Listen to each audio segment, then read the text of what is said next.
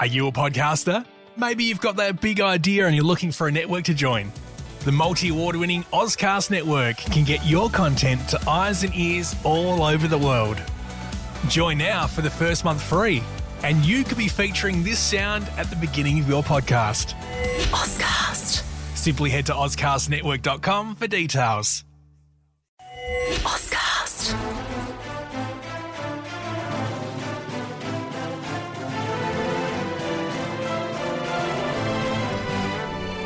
Hey everyone, welcome back for another deep dive. Always a pleasure. Today we're going to be doing things a little differently. We're going to be looking at a single source. Oh, interesting. It's a recent White House press briefing by Press Secretary Karoline Leavitt.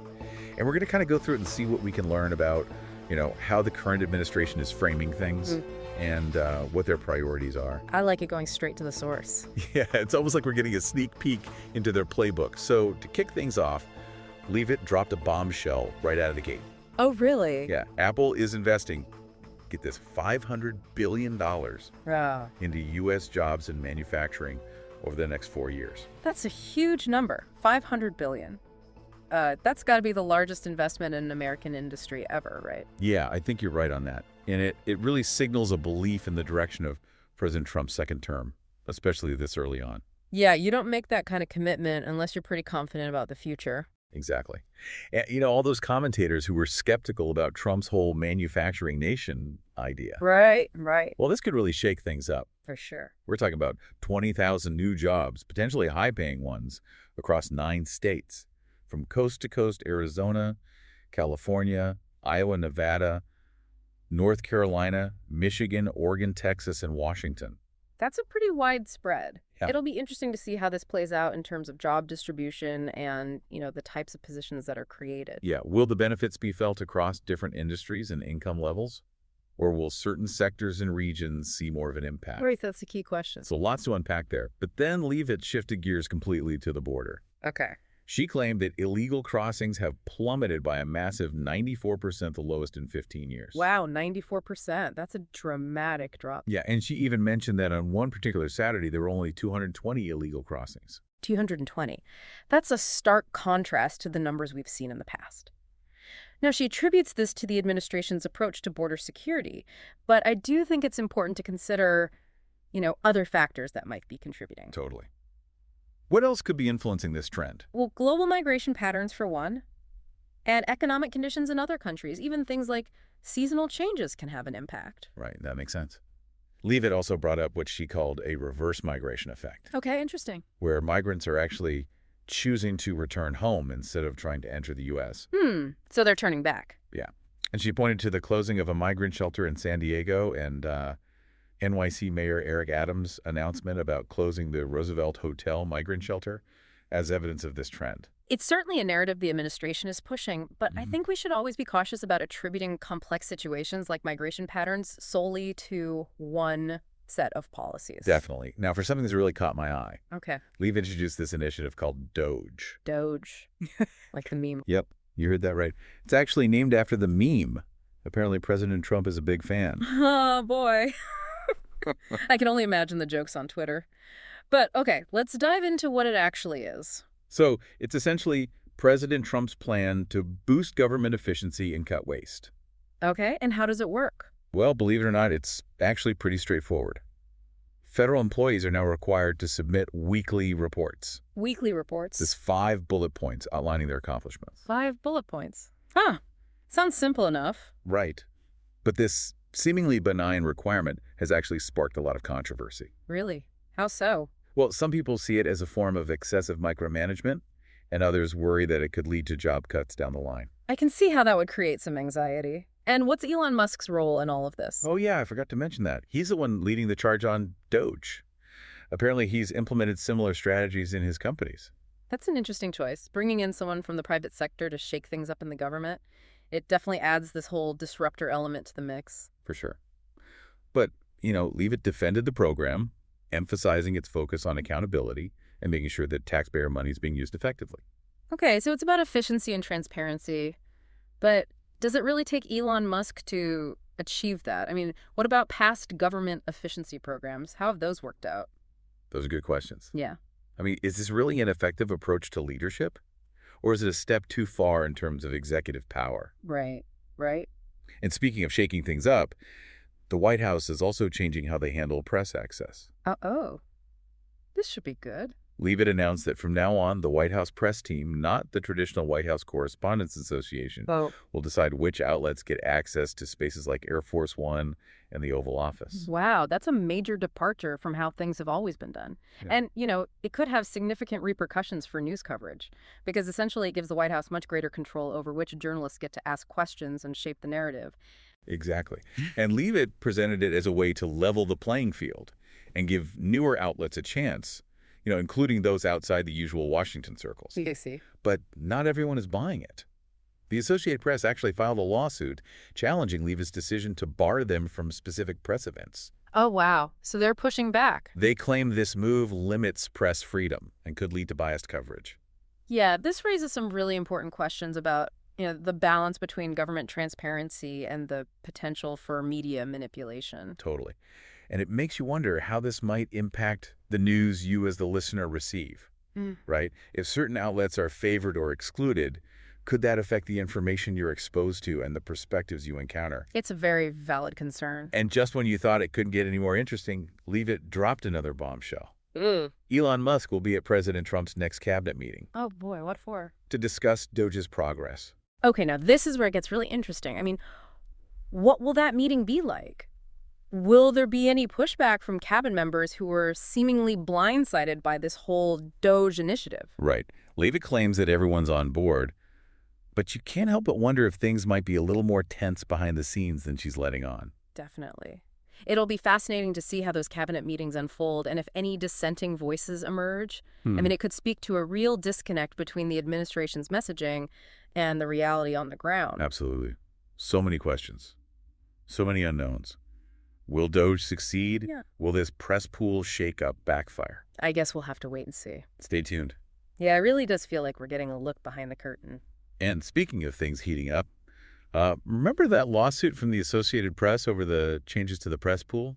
Right, yeah. What happened with that? Well, a federal judge just dismissed it. Oh, wow. Yeah, siding with the White House. So that's a big win for the administration. They really solidified their control over who gets access to the president and how that information gets out there. Yeah, but it does kind of amplify those concerns about media independence and potential bias, Right. Who are they going to pick? Who are they going to leave out? Exactly. And Leavitt didn't stop there. She announced that they're going to be completely overhauling the whole press pool system, Like, what do you mean?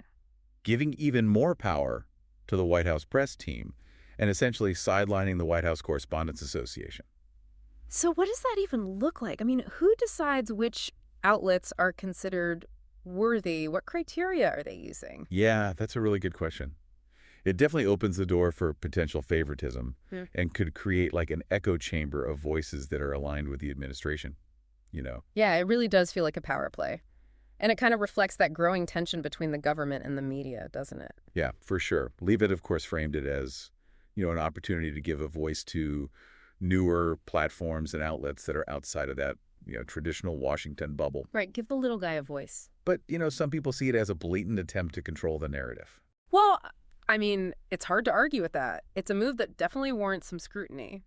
Because while diversifying voices can be a good thing, the potential for manipulation is definitely there. Yeah, for sure. It really highlights that constant push and pull between government transparency and controlling the message. Right, finding that balance. Okay, so then a reporter brought up Doge. Oh, yeah. What about that? And they mentioned this recent Elon Musk tweet that suggested federal workers who don't submit their 5 bullet point reports could be fired. Ooh, that's a little harsh, isn't it? Yeah, Leavitt did clarify that the ultimate decision lies with the agency heads, but it's clear that this initiative is causing a lot of anxiety among federal employees. Yeah, I mean, it might seem like a simple idea, just 5 bullet points. Yeah. But it's actually impacting people's livelihoods and careers. Right. It raises all these questions about workplace surveillance, bureaucratic efficiency, and what role technology is playing in government. For sure. It's not just some abstract idea. It's having real-world consequences. And remember how Leavitt said Elon Musk was going to be at the next cabinet meeting to discuss Doge's progress? Right, yeah. Well, a reporter asked if anyone's going to push back against the initiative, especially since some cabinet members seemed kind of surprised by it in the first place. Well, did they even know this was happening? And Leavitt insisted that everyone is totally on the same page. But the reporter pressed on, pointing out that, Musk's whole 5 things email kind of caught some agencies off guard. Yeah, it does seem like there might be a little more tension behind the scenes than Leavitt is letting on. Totally. It'll be really interesting to see how those cabinet meetings unfold and if any, dissenting voices emerge. Right, because that would definitely indicate a disconnect between the administration's messaging and what's actually happening. And here's another interesting thing that came out. Yeah. It turns out that Elon Musk is actually designated as a special government employee. What does that even mean? Well, apparently it limits his work to just 130 days a year.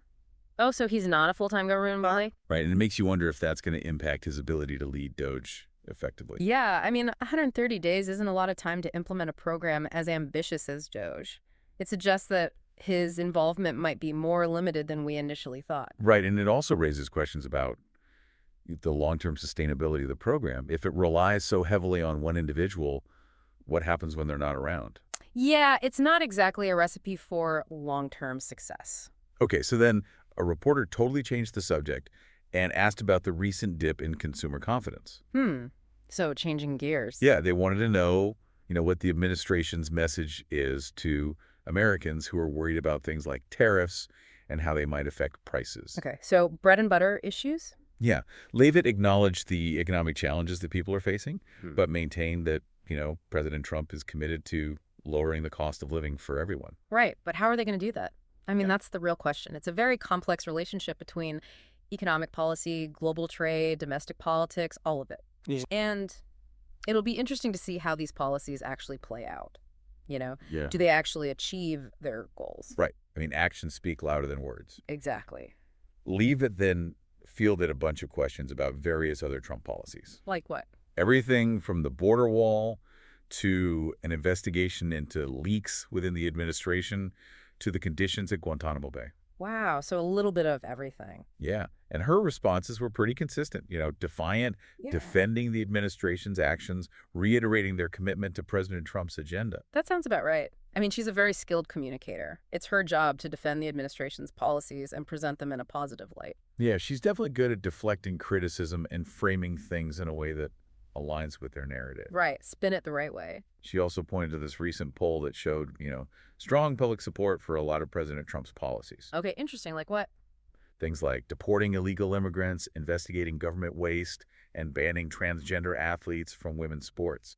So hot button issues. Yeah, and by appealing to popular opinion, it's like she's trying to reinforce the administration's legitimacy. Right, because in politics, perception is everything. Totally. It's not just about policy, it's about public support.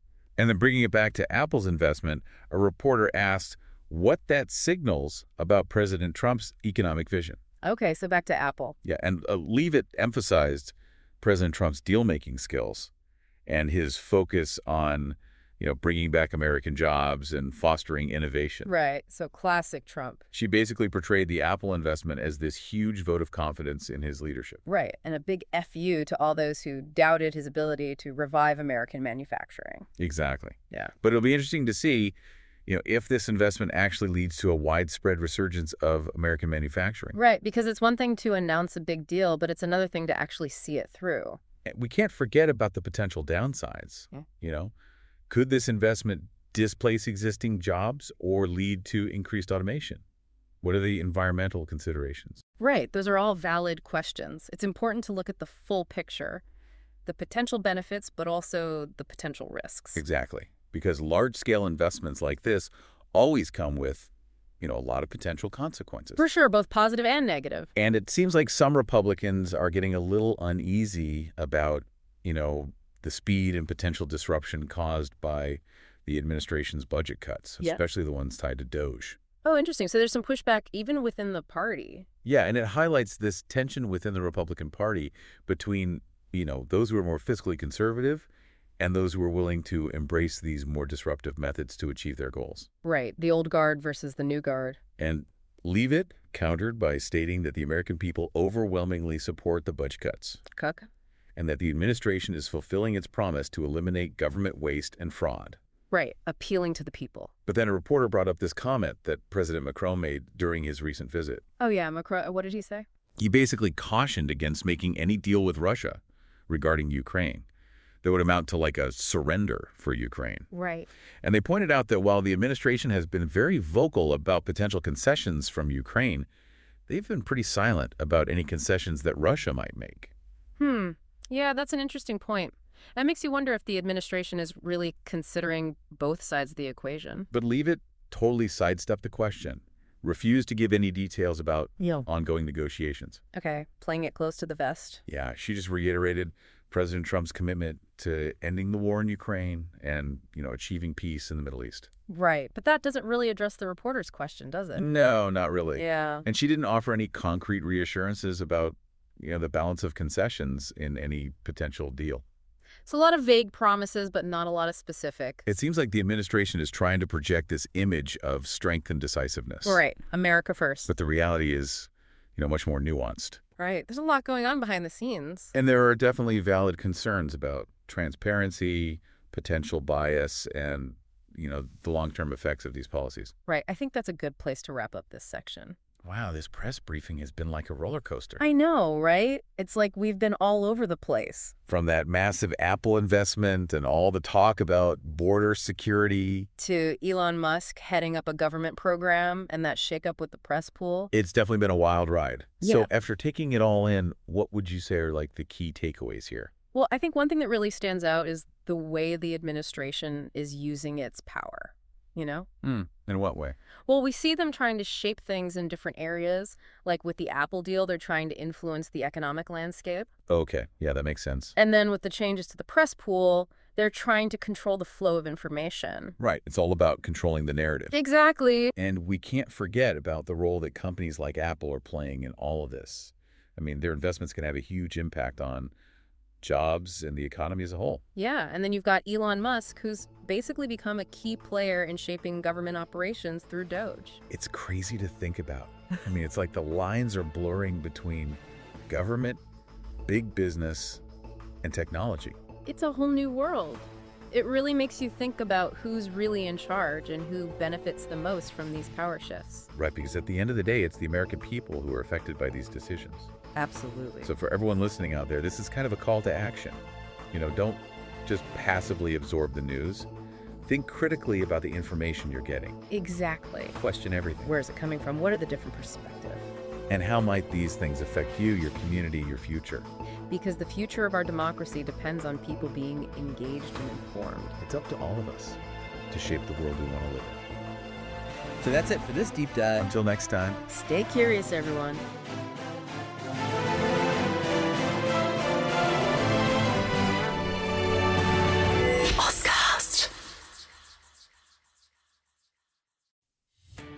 Are you a podcaster? Maybe you've got that big idea and you're looking for a network to join. The multi-award-winning Ozcast Network can get your content to eyes and ears all over the world. Join now for the first month free, and you could be featuring this sound at the beginning of your podcast. Ozcast. Simply head to ozcastnetwork.com for details.